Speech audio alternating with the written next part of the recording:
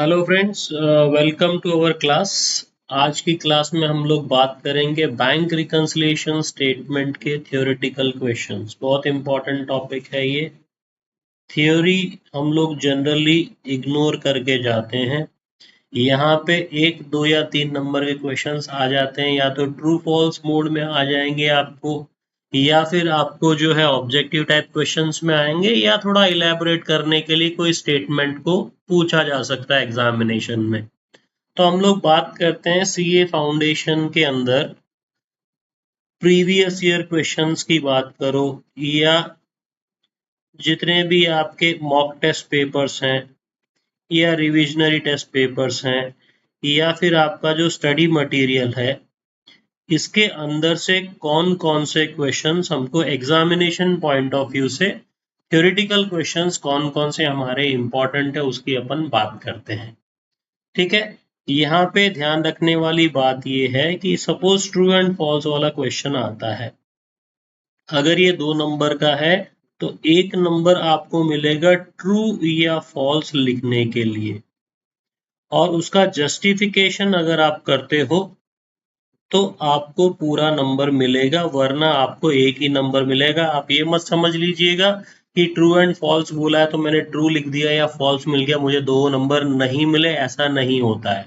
एक नंबर मिलेगा आपको ट्रू या फॉल्स आंसर के लिए, और दूसरा नंबर होता है आपका जस्टिफिकेशन के लिए। ठीक है, तो शुरू करते हैं हम लोग। फर्स्ट क्वेश्चन है आपका timing differences, like checks issued not presented must be adjusted in amended cash book before preparing the bank reconciliation statement। अब ये समझ लेना कि amended cash book होता क्या है। आप लोगों ने क्लास में पढ़ा था कि amended cash book वो कैश बुक होता है जिसके अंदर हम लोग कुछ एक ट्रांजैक्शंस को कैश बुक में एडजस्ट करते हैं, और जो एडजस्टेड बैलेंस है उसी को अपन एमेंडेड बैलेंस बोलते हैं। जो आपका एडजस्टेड बैलेंस है उसी को हम एमेंडेड बैलेंस बोलते हैं। तो एडजस्टमेंट यहाँ पे किस चीज की बात कर रहा है? Checks issued but not presented for payment. ठीक है, तो check issued not presented for payment को अपन एमेंडेड कैश बुक में लिखेंगे क्या? नहीं लिखेंगे। तो आंसर क्या होगा? आपका आंसर होगा फॉल्स। सबसे पहले हम लोग लिखेंगे फॉल्स, और इसके अंदर क्या लिखना है कि ओनली दोज एरर्स या omissions committed in cash book.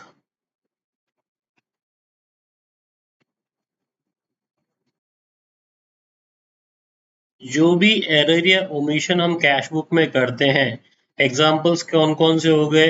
Bank charges, या फिर मान लीजिए इंटरेस्ट अलाउड,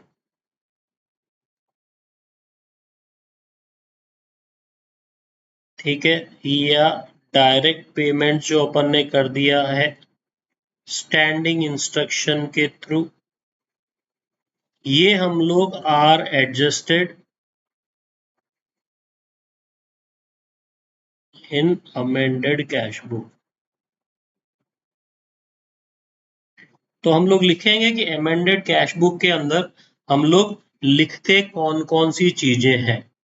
ठीक है, अब बात आती है कि साहब फिर ये जो डिफरेंस है ये टाइमिंग डिफरेंस कहलाता है। टाइमिंग डिफरेंस का मतलब क्या होता है? हमने देखा था अलग अलग टाइम पे जो ट्रांजैक्शन हो रहे हैं वो समय के साथ अपना आप ठीक हो जाते हैं, उसे अपन कहते हैं टाइमिंग डिफरेंस। थ्योरी वाली क्लास में अगर आपको याद होगा, हमने कहा था टाइमिंग डिफरेंस का मतलब वो होता है। तो हम लोग क्या लिखेंगे यहाँ पे? Timing differences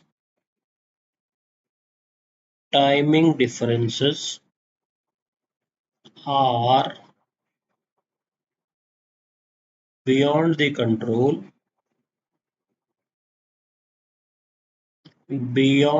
control of the business. इसका मतलब बिजनेस का कोई कंट्रोल नहीं है टाइमिंग डिफरेंस पे। और ये अपने आप ही ठीक हो जाएंगे। So these are to be diff and these are reconciled via BRS only। समझ में आएगा? कुछ गलतियां हैं जो आप BRS में लिखोगे, समय के साथ साथ जो अपने आप ठीक हो जाएगी उसे आप BRS में लिख दोगे। समय के साथ जो ठीक हो रही है उसको आप कैश बुक में चेंज नहीं करोगे, चाहे कैश बुक में चेंज करोगे तो बाद में आपको फिर से चेंज करना पड़ेगा। आती है समझ में ये बात? Next question. When a bank reconciliation statement is prepared, starting with an overdraft balance as per the passbook, the primary target is cash book। हमने बात किया था एक स्टार्टिंग पॉइंट होगा आपका और दूसरा होगा टारगेट पॉइंट। कहाँ से शुरू हो रहे हैं और कहाँ हमको जाना है। अगर आपने कैश बुक से शुरू किया है तो पासबुक पे जाना है, अगर आपने पासबुक से शुरू किया है तो कैश बुक पे जाना है। अब यहाँ पे आपका डेबिट बैलेंस होता है या क्रेडिट बैलेंस होता है उससे कोई फर्क नहीं पड़ता। हम लोग ने देखा था उसका फर्क पड़ता नहीं है, प्रैक्टिकल क्वेश्चंस भी अपन ने किया था। तो हम लोग क्या कहेंगे, ये आंसर है आपका ट्रू। क्या कहता है क्वेश्चन देखना। When BRS is prepared stating with an overdraft balance, उससे कोई फर्क नहीं पड़ता whether it is starting with an overdraft balance or a normal या favorable balance। ठीक है, तो अपन क्या लिखेंगे, आंसर में लिखेंगे ट्रू, फिर क्या लिखेंगे, regardless of whether the starting balance is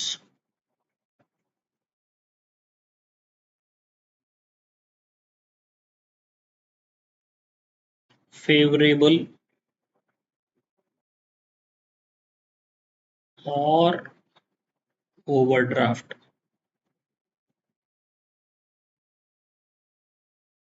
चाहे आपका फेवरेबल हो चाहे ओवरड्राफ्ट हो, when we start with passbook,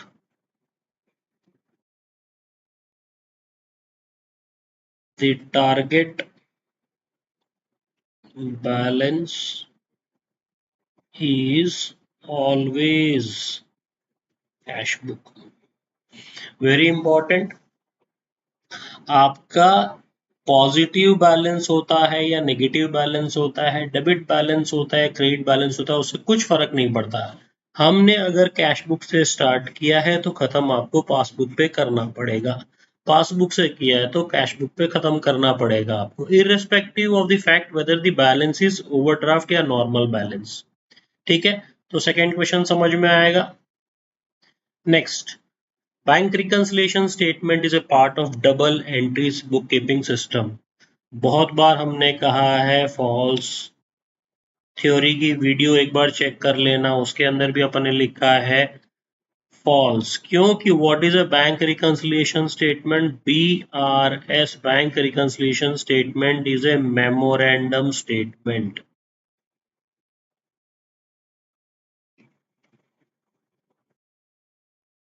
rough बनाते हैं ना जैसे अपन, मेमोरेंडम स्टेटमेंट। ठीक है, to explain, prepared to explain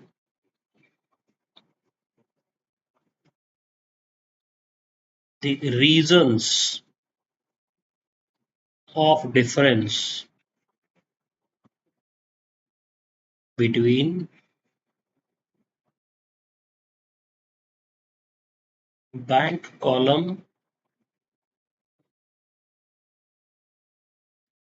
of cash book and the passbook।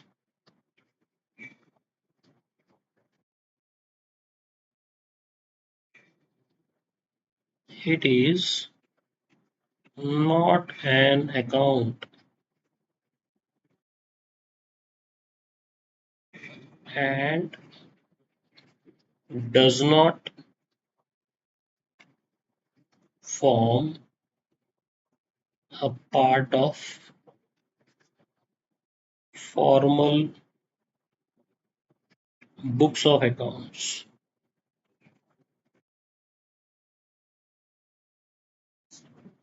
ठीक है, बैंक रिकंसिलिएशन स्टेटमेंट कोई भी double entry book keeping system का हिस्सा नहीं है। बहुत बार हमने किया था और क्लास में भी हमने डिस्कस किया था कि बहुत इंपॉर्टेंट क्वेश्चन है, बहुत बार पूछा गया क्वेश्चन है।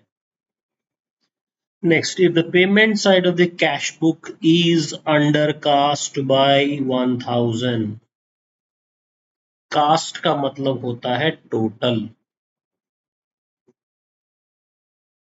अंडरकास्ट का मतलब होता है टोटल हमने कम लगाया है, लेस।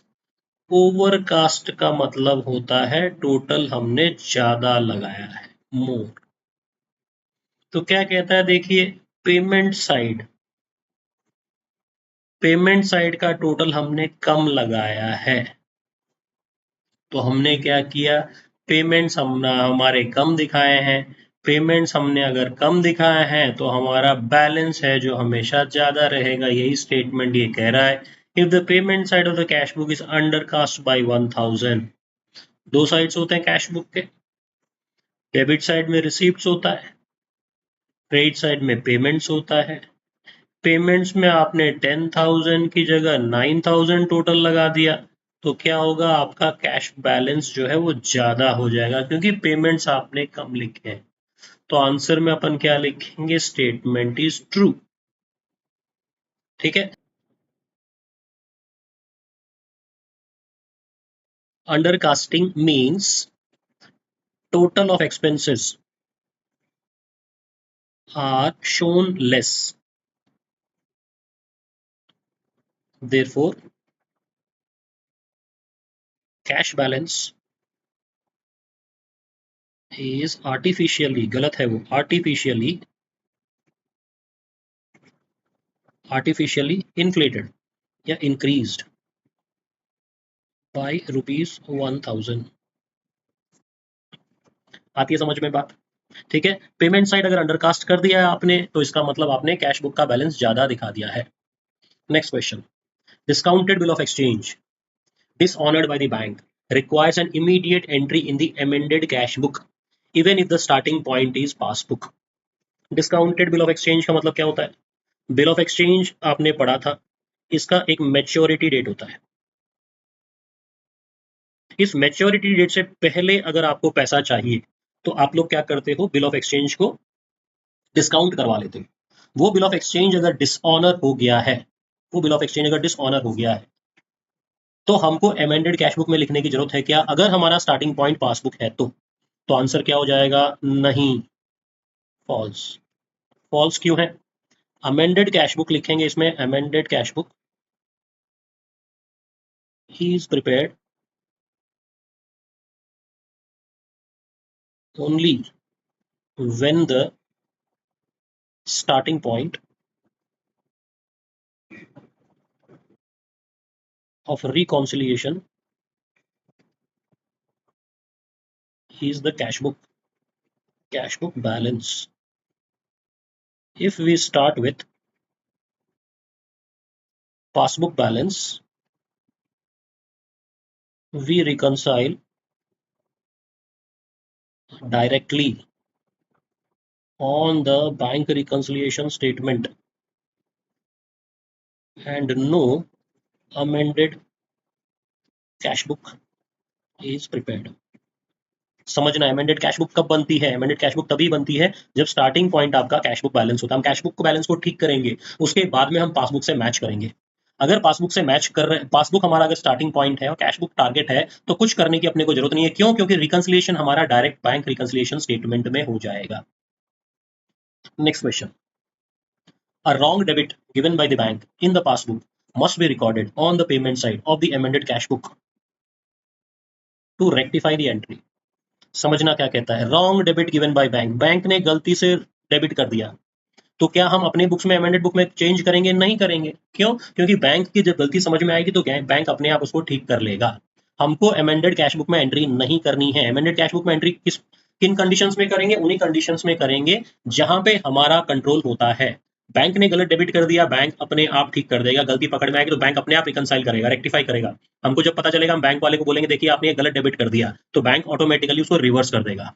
तो इसका आंसर अपन क्या लिखेंगे? आंसर होगा फॉल्स।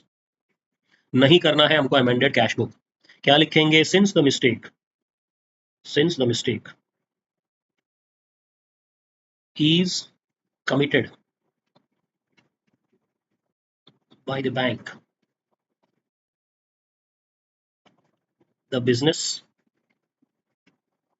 या accountant cannot rectify the cash book. Therefore, the error is reconciled in the BRS only and corrected by contacting the bank. हम अपनी बुक्स में चेंज नहीं करेंगे अगर बैंक ने गलती किया है तो। आता है समझ में? Question 7, debit balance of passbook represents an overdraft. समझना, कैश बुक का debit balance is equals to credit balance of passbook। और डेबिट बैलेंस ऑफ पासबुक का मतलब क्या हुआ? Credit balance of cash book, इसका मतलब ओवरड्राफ्ट। तो ये स्टेटमेंट क्या हो जाएगा? ये स्टेटमेंट होगा ट्रू। साथ में क्या लिखेंगे? फॉर ए बैंक, किसी भी बैंक के लिए the customers deposits are a liability. Bank के पास में जितने पैसे जमा करो वो क्या है? उसके लिए जिम्मेदारी है, मतलब क्रेडिट बैलेंस होगा, इनका क्रेडिट बैलेंस होगा। लाइबिलिटी हमेशा क्रेडिट बैलेंस होता है ना। When a customer overdraws, overdraw का मतलब ज्यादा निकाल लेता है। When a customer overdraws, the bank treats it as an asset. Bank उसको क्या करेगी? लाइबिलिटी नहीं मानेगी, उसको एसेट मानेगी, या इसको रिसीवेबल भी मानेगी। एसेट का मतलब रिसीवेबल ही होगा। Hence A debit balance of the passbook indicates bank overdraft. आता है समझ में? Next, if a check of 5,000 is received from a customer, is entered twice on the receipt side of the cash book, the cash book balance becomes higher than the passbook। क्या कहता है? Cash book में हमने एक credit को 2 बार लिख दिया, 2,000 का क्रेडिट था, हमने 2 बार लिख दिया, तो ऑब्वियस सी बात है हमारा जो बैलेंस होगा वो पासबुक के बैलेंस से ज्यादा होगा। तो आंसर इसमें क्या लिखेंगे अपन? आंसर लिखेंगे ट्रू। साथ में क्या लिखना है इसको अपने को? Entering any receipt twice in the cash book, किसी भी रिसीट को आपने कैश बुक में 2 बार लिख दिया, इन्फ्लेट्स या increases our ledger balance by, कितने से करेगा? ये अमाउंट दे रखा है, बाय ₹5,000, हमारे बैलेंस को 5,000 से बता देगा, over the actual balance shown in the passbook. ठीक है, सिंपल सा क्वेश्चन है, थोड़ा सा घुमा के पूछ लेता हम लोग कंफ्यूज हो जाते हैं, वो अपने को काम नहीं करना है। Next question, a credit entry in the bank represents cash withdrawn by the account holder. Credit entry का मतलब जमा हो रहा है बैंक में, बैंक में जमा हो रहा है, इसका मतलब पैसा निकाला है। ऐसा होता है क्या? नहीं होता है। तो हम लोग क्या लिखेंगे? इसका आंसर क्या है? फॉल्स। रीजन क्या लिखेंगे? Credit entry in passbook increases the customer's bank balance ठीक है, hence increases, नहीं ये नहीं लिखते हैं, साथ में अपन ये लिख देते हैं कि भाई cash withdrawal by the customer are shown on the debit side, या are recorded as a debit entry करके अपन लिख सकते हैं। सिंपल सी बात यह है कि भाई अगर कोई बैंक में पैसा जमा हो रहा है तो पैसा निकाला नहीं उसने, ठीक है, तो ये हो गया आपका क्वेश्चन नंबर 9। नेक्स्ट क्वेश्चन देखें, A bank reconciliation statement can be prepared with the help of amended cash book as well as without preparing an amended cash book. कर सकते हैं, बिल्कुल कर सकते हैं। बैंक रिकंसिलिएशन स्टेटमेंट दो तरीके से बन सकता है, पहले आप अपने बुक्स को चेंज करोगे उससे भी बना सकते हो, या बुक्स को चेंज करे बिना भी बना सकते हो, ठीक है। तो आंसर अपन क्या लिखेंगे, इसमें लिखेंगे ट्रू या करेक्ट। फिर क्या लिखेंगे, preparing amended cash book is mandatory, is compulsory, mandatory या कंपलसरी एक ही बात है, compulsory only when we are finalising the annual या financial books of accounts to show true and fair bank balance, ठीक है, फॉर टेम्पररी या monthly reconciliations, BRS can be made directly without preparing amended cash book। क्या लिखना है अपने को कि अगर आप फाइनल स्टेजेस में करते हो तो आप अमेंडेड कैश बुक करो, क्योंकि इसके बाद में आपका बुक्स बंद हो जाएगा तो कैश बुक आपको बनाना पड़ेगा। लेकिन अगर आप टेम्पररी या मंथली बेसिस पे बना रहे हो तो आपको डायरेक्टली बनाने में भी कोई हर्जा नहीं है। उसके बाद में है question number 11, exchange differences arising from foreign currency transactions debited by the bank at a different exchange rate than recorded in the cash book must be rectified in the BRS rather than amended cash book। अब देखिए साहब ये क्या कहता है कि exchange rate difference का मतलब क्या हुआ, सपोज हमारे अकाउंट में पैसा जमा हुआ है $10,000, उस दिन का रेट मान लीजिए 85 रुपीज पर डॉलर है। अब बैंक ने मान लीजिए 84 रुपीज 50 पैसे के हिसाब से किया है या 86 रुपीज पर डॉलर के हिसाब से किया है। इस डिफरेंस को हम बोलेंगे exchange rate differences. Foreign currency transaction के अंदर ये कहलाता है एक्सचेंज रेट डिफरेंसेस। अब सवाल क्या है, एक्सचेंज रेट डिफरेंस जो होता है, जो ट्रांजैक्शन बैंक ने डेबिट कर दिया है at a different exchange rate, दूसरे अलग रेट से उसने कर दिया है, देन रिकॉर्डेड, ये डेट नहीं है ये रेट है समझना, in the cash book must be rectified in the BRS rather than the amended cash book. अलग रेट से ही कर दिया है तो अलग रेट से कर दिया तो क्या करना पड़ेगा, आपको अमेंडेड कैश बुक में एंट्री करनी ही पड़ेगी। क्यों, क्योंकि वो परमानेंट डिफरेंस हो गया। अगर डेट लिखता तो ये टेम्पररी डिफरेंस होता, टाइमिंग डिफरेंस होता, टाइमिंग डिफरेंस को नहीं लिखने से भी चलेगा अमेंडेड कैश बुक के अंदर, लेकिन परमानेंट डिफरेंस है तो हमको लिखना पड़ेगा। तो आंसर में हम क्या लिखेंगे, फॉल्स, ये गलत है statement.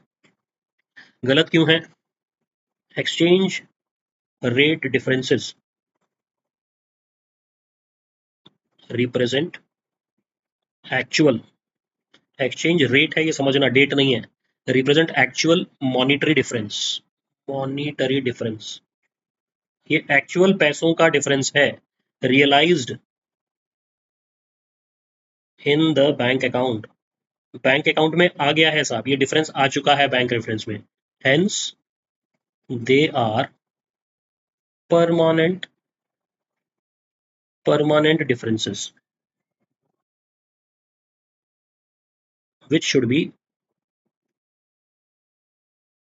recorded in the amended cash book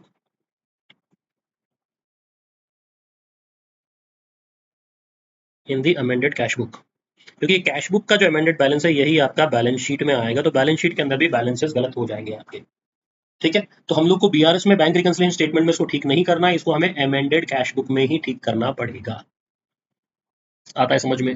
12, interest on a bank overdraft calculated on a daily basis by the bank and debited quarterly is treated as an error in the cash book if not recorded on the same day।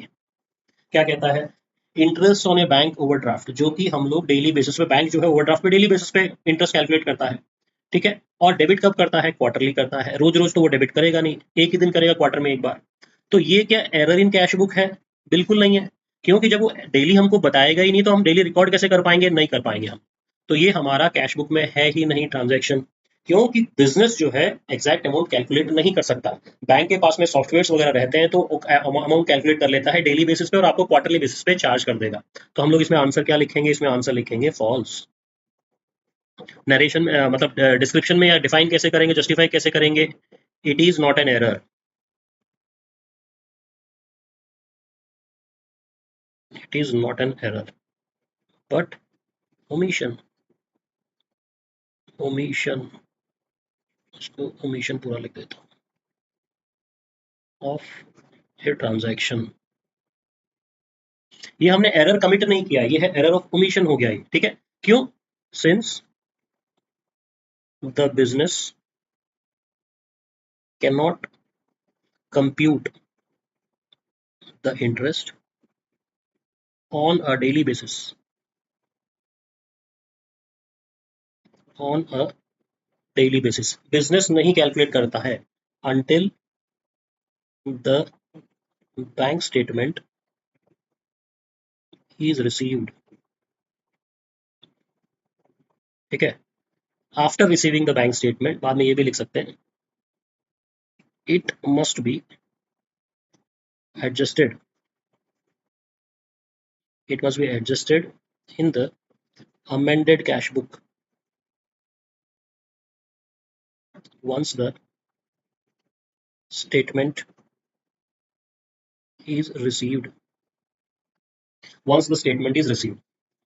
तो यहां तक बात समझ में आती है। True false बहुत important है, ये प्रीवियस ईयर क्वेश्चंस या आरटीपी एमटीपी से निकाले गए हैं, आपको ट्रू फॉल्स आना जरूरी है, नहीं आएगा तो दिक्कत हो जाएगी, ठीक है। सेल्फ स्टडी करने के लिए हम लोग क्या कर सकते हैं? सेल्फ स्टडी करने के लिए हमने जीएस एकेडमी ने एक वेबसाइट बनाया जिसका नाम है पढ़ो-बढ़ो.com। ये पढ़ो-बढ़ो.com वेबसाइट में अगर आप जाओगे तो यहाँ पे लिखा है प्रैक्टिस एमसीक्यू फ्री। इसको जब आप क्लिक करेंगे तो आप यहाँ पे पहुंच जाएंगे चैप्टर वाइज क्विज बैंक। यहाँ पे आपको सीए फाउंडेशन के क्वेश्चंस 11 12 के 8 to 10 के बीकॉम एमबीए के क्वेश्चंस वगैरह मिल जाएंगे। आपको सीए फाउंडेशन का करना है तो आप यहाँ पे क्लिक करेंगे, यहाँ पे क्लिक करेंगे तो चारों चैप्टर्स, चारों सब्जेक्ट्स खुल जाएंगे। 60 से ज्यादा चैप्टर्स हैं, आप आराम से प्रैक्टिस कीजिएगा फ्री में। साथ ही साथ आपको लॉजिक भी दिया हुआ है, आंसर भी दिया हुआ है, तो कोई गलती अगर कर रहे हैं तो उसको आप ठीक भी कर लीजिएगा, ठीक है। तो ठीक है, thank you so much and bye.